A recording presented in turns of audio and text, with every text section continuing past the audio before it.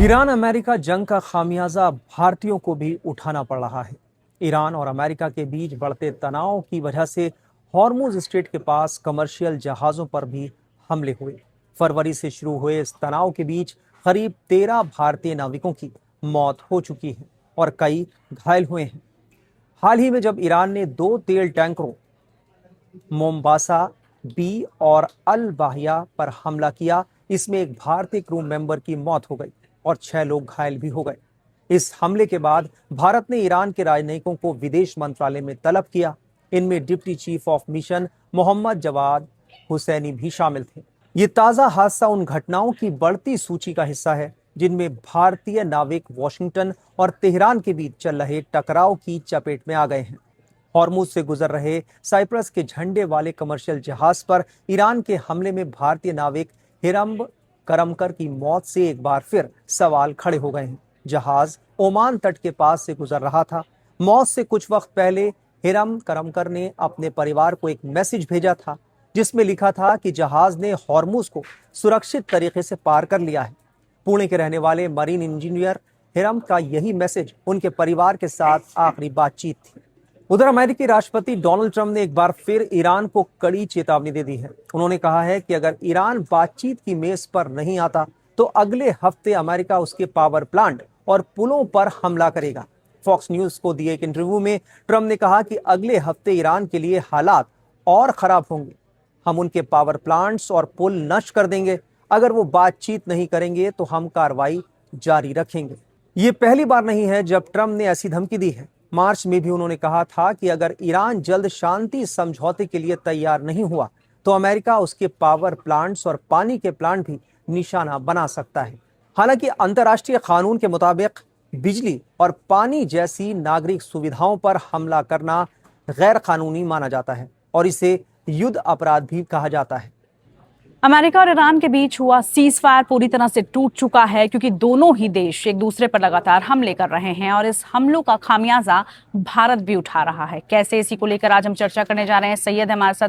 सैयद, भारतीय नाविक की मौत जिससे बहुत दुखद खबर आई भारत में, लेकिन भारत भी इसको लेकर काफी सख्त रुख अपना चुका है। आप सही कह रही हैं। कल जो है वो ईरान के जो राजनयिक हैं दिल्ली में, उन्हें विदेश मंत्रालय ने तलब किया था और अपनी नाराजगी जाहिर की थी, क्योंकि हम लगातार देख रहे हैं 28 फरवरी के बाद से जिस तरीके से ईरान पलटवार कर रहा है, अमेरिकी सैन्य अड्डों को निशाना बना रहा है मिडिल ईस्ट में, उसमें अब तक करीब 13 भारतीय नाविकों की मौत हो चुकी है। कल बड़ी हैरानी की बात है, लगभग 13 से 15 बताए जा रहे हैं।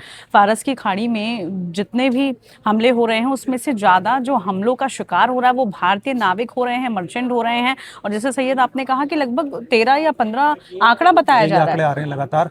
क्योंकि पूजा होता क्या है कि अगर अमेरिका की तरफ से कोई अटैक होता है, ईरान पलटवार करता है, तो उसमें जो यूएई या बाकी जो देशों के जो मददगार हैं अमेरिका के, उनके जो ऑयल टैंकर्स होते हैं उसके आसपास जो भारतीय नाविक होते हैं वो भी इसकी जद में आ रहे हैं लगातार। और यही वजह है कि अब तक 13 से करीब 13 जो है क्या ये जो हॉर्मुज का है वहीं पे है सारा या फिर हॉर्मुज के आसपास? जी, आप सही कह रही हैं। हॉर्मुज के आसपास का जो इलाका है वहीं पर ये घटनाएं हुई हैं। जो इससे पहले हुई थी वो भी वहीं पर हुई थी। और उनका नाम मैं बता दूं आपको एक बार, मौत से कुछ समय पहले जिस नाविक की डेथ हुई है, हिरम करमरकर नाम है। उन्होंने अपने परिवार को एक मैसेज भेजा था जिसमें उन्होंने लिखा था कि जहाज ने हॉर्मुज को सुरक्षित तरीके से पार कर लिया है। पुणे के रहने वाले मरीन इंजीनियर हेरम का यही मैसेज उनकी परिवार की आखिरी बातचीत है, ये उनका आखिरी मैसेज था।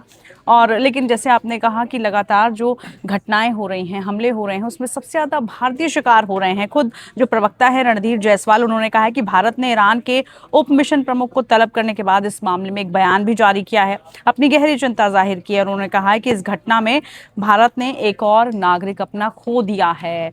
अब ऐसे में भारत पर कितना बड़ा असर, और भारत इसके बाद जैसे आपने कहा, और कल भी हमने देखा था कि खुद गए भी थे, मुलाकात भी हुई थी, और मुलाकात के बाद ये कहा गया है कि भारत की तरफ से अब इस पे जो है रुख काफी सख्त रहने वाला है। बिल्कुल जो है नाराजगी जाहिर की गई है भारत की तरफ से, क्योंकि एक नाविक की मौत नहीं हुई है, 13 नाविकों की अब तक मौत हो चुकी है। बड़ा आंकड़ा है, जाहिर सी बात है। और पूजा, हम जंग में देखते हैं कि जब जंग होती है तो उसमें लोग मारे भी जाते हैं, नुकसान भी होता है। और ये सिर्फ नुकसान जो है अमेरिका, इजराइल या फिर ईरान का नुकसान नहीं है, बल्कि दूसरे देशों तक इसका नुकसान हो रहा है। जो वहाँ के नागरिक हैं उन्हें नुकसान पहुंच रहा है, उनकी मौतें हो रही हैं। जाहिर और सी सिर्फ बात मौतों चिंता तक का भी विषय है। जो है नुकसान सीमित नहीं है, ये भी हम से देख रहे हैं हर चीज, चाहे पेट्रोल, डीजल, तेल, एलपीजी, इन सब का भी क्या परिणाम हुआ, इन सब को लेकर भी कितनी ज्यादा मुश्किलें आई, ये कैसे हमने झेली वो भी हमने देखा। तो यानी कि युद्ध का असर तो सब जगह पड़ ही रही और है, एक भारत बार पर भी जी पड़ रहा है। आप हाँ। सही कह रही हैं, और एक बार फिर से उससे ज़्यादा गंभीर हालात हो चुके हैं। पिछली बार हमने युद्ध में देखा था, इससे पहले जब ये समझौता हुआ था उससे पहले जो हालात थे, अब उससे भी गंभीर हालात हो चुके हैं, क्योंकि ट्रम्प लगातार नया ऐलान कर चुके हैं शायद। ट्रंप नया हाँ। ऐलान कर चुके हैं। और ट्रंप ने कहा है कि अगर ये डील ईरान नहीं मानता है तो अगले हफ्ते जो इसके न्यूक्लियर फैसिलिटीज़ हैं और जो वहाँ के पुल हैं, वहाँ का जो इंफ्रास्ट्रक्चर है, उन पर जो है अमेरिका हमले करेगा। तो नया ऐलान है, अब इसका जवाब ईरान क्या देता है वो भी देखना होगा। लेकिन बड़ा सवाल ये कि लगातार होती भारतीयों की मौत के बाद भारत सरकार इस पर क्या कदम उठाने वाली है, ये देखना होगा।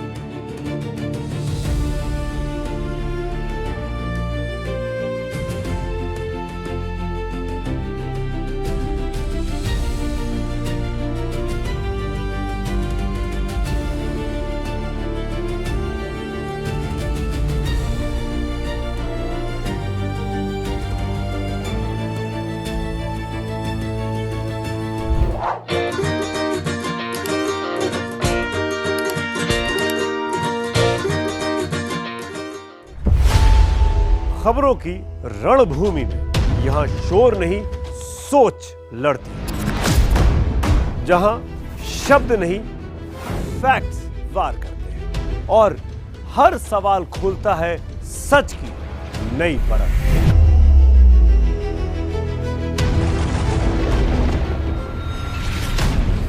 चक्रव्यूह आपके अपने सुमित अवस्थी के साथ सोमवार से शुक्रवार शाम 6:57 पर टाइम्स नाउ नव भारत पर।